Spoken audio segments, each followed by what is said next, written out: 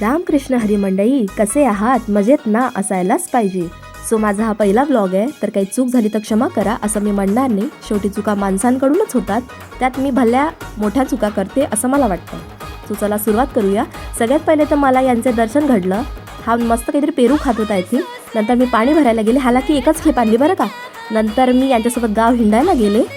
त्यानंतर ह्या एका ठिकाणी बसलो, हा ही केली.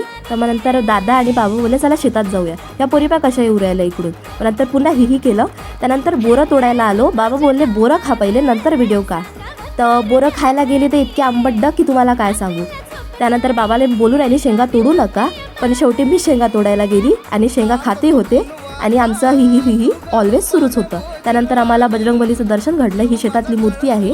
त्यानंतर आम्ही मस्त निवांत बसलो, गप्पा गोष्टी केल्या. इतकी भारी विहीर यार आमच्या शेतातली. ह्या पोरी मस्त्या करत होत्या. म्हटलं चला आपण कशाला कसर सोडा, मी पण गेले मस्ती करायला. खूप गार पाणी होतं बरं का. आणि मग हे नंतर असंच चालली होती वावराच्या तिकडे. त्यानंतर काय गार वारा सुटला यार. असा वारा शहरात मिळणं इम्पॉसिबल आहे भाई. खूप जास्त खूप भारी वाटलं.